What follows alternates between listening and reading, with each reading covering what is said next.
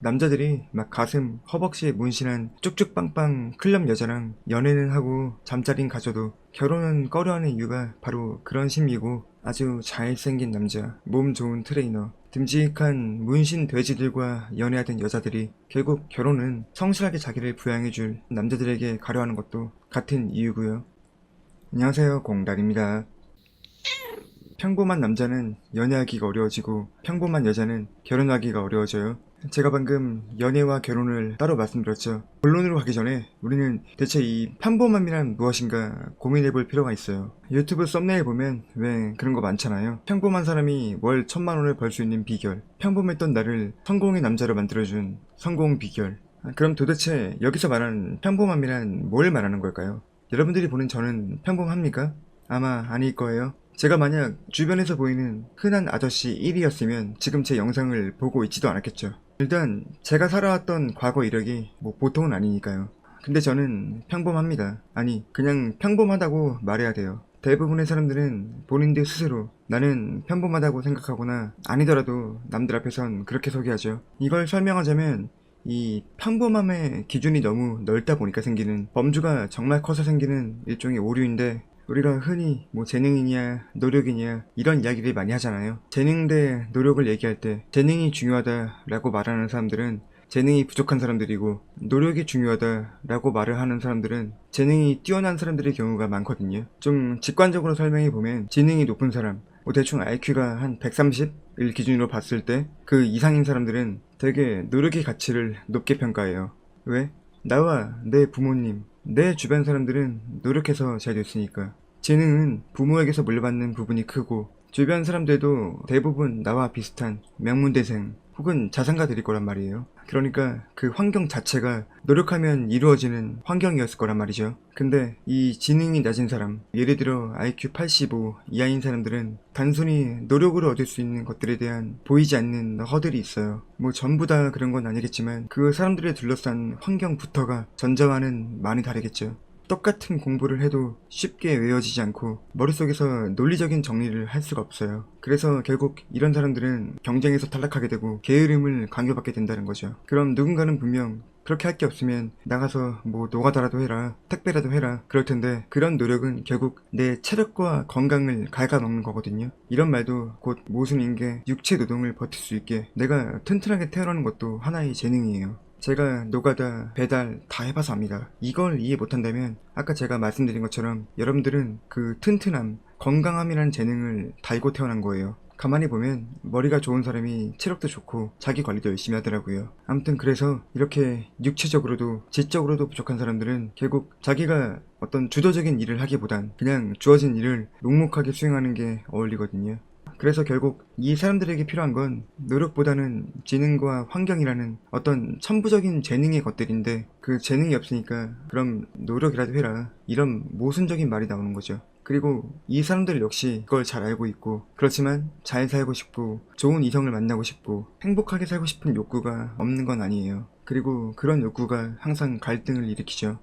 그러니까 외모나 지능, 자산 등 이런 사회적 위치가 높은 사람들은 노력이라는 단어에 기대어 자기를 낮추어 설명하고, 반대로 외모나 지능이 부족한 사람들은 온라인 세상이라는 대체 세상이 있기 때문에, 저도 그 중에 하나예요. 암튼 그렇기 때문에 세상엔 너도 나도 다 평범 이상의 사람들만 존재하고, 그래서 평범의 기준도 점점 상향되는 거예요. 거기에 기름을 붓고 도와주는 게 인스타 같은 소셜미디어죠. 그래서 30억대 아파트에 거주하는 사람들도 평범하고, 무보증 월세 원룸에 살고 있는 사람들도 평범하고, 모두 다 이 평범이라는 범주에 들어가도 이상할 게 없죠. 소득 수준이 낮은 사람들, 아니 아예 그냥 백수인 사람들도 바디 프로필 찍고 오마카세 먹고 다니는 걸 대중들에게 보여주는 게 가능하거든요. 자, 그리고 이런 점들이 연애에도 영향을 끼칩니다.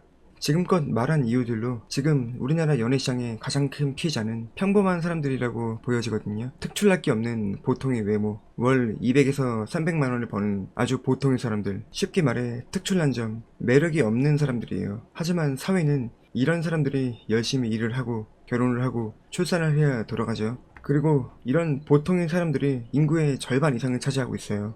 그래서 지금 뭐 결혼율이나 출산율이 문제가 되는 거고요. 아무튼 다시 연애의 문제로 넘어가서, 연애라는 건 일단 상대방이 어떤 한 가지 부분에서 스파크가 튀고 거기에 꽂혀야지, 그 매력에 꽂혀야지 시작되는 거거든요. 이건 뭐 학창시절 일진, 사회의 밑바닥층, 범죄자들을 예로 들어서 설명이 가능해요. 이런 사람들 중에서도 특히 뭐 경제사범이나 폭력범, 이런 분들은 늘 애인이 있죠. 이 사람들은 일단 눈에 띄고 특출나 보이거든요. 연애는 이렇게 평범한 것보단 한 가지 매력이 특출난 사람들이 유리하게 할 수 있거든요. 굳이 육각형이 아니더라도 어느 한 부분에 꽂히는 게 있다면 호기심이 생길 수 있고, 그리고 이런 건 노력으로도 충분히 가능한 부분이에요. 원래 육각형을 만드는 게 어려운 거지, 뭔가 한 가지 특별한 자기의 주 스탯을 올리는 건 어렵지 않은 일이거든요. 노력으로 도달 가능한 범위란 말이죠. 근데 결혼은 평생 내가 살아갈 사람을 고르는 과정이잖아요. 그래서 어디 한 구석, 한 가지 스탯에 꽂히기보단 전체적으로 무난한, 하자가 없는 육각형을 선택하길 원해요. 남자들이 막 가슴, 허벅지에 문신한 쭉쭉빵빵 클럽 여자랑 연애는 하고 잠자리는 가져도 결혼은 꺼려하는 이유가 바로 그런 심리고, 아주 잘생긴 남자, 몸 좋은 트레이너, 듬직한 문신 돼지들과 연애하던 여자들이 결국 결혼은 성실하게 자기를 부양해줄 남자들에게 가려하는 것도 같은 이유고요.